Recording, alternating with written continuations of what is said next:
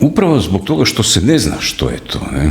Sjećate se kad je bio onaj dokumentarni film Prvi krik, čini mi se, koji su puštali preko na vjeronaucima, čini mi se, dokumentarni film gdje je bilo prikazano kako izgleda to kada ginekolog ulazi sa klještima, pa mali čovjek u tijelu žene uzmiče, onda ga on čupa mu ruke, noge, dakle,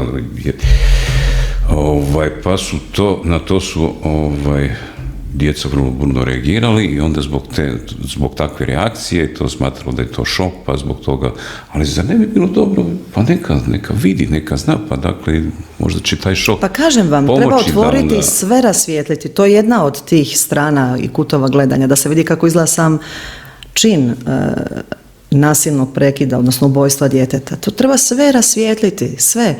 Govoriti o tome da je za dijete nešto šok je prilično licemjerno kada djecu izlažete takvim sadržajima nasilja da na svim nacionalnim televizijama u 20 sati možete gledati film koji je od 15 godina, da ne govorimo o takozvanom spolnom odgoju koji je temeljen na pedofiliji, a koji je u hrvatskim kurikulumima već 7 godina. Dakle, onda govoriti o tome da je istina o nečemu šok za dijete.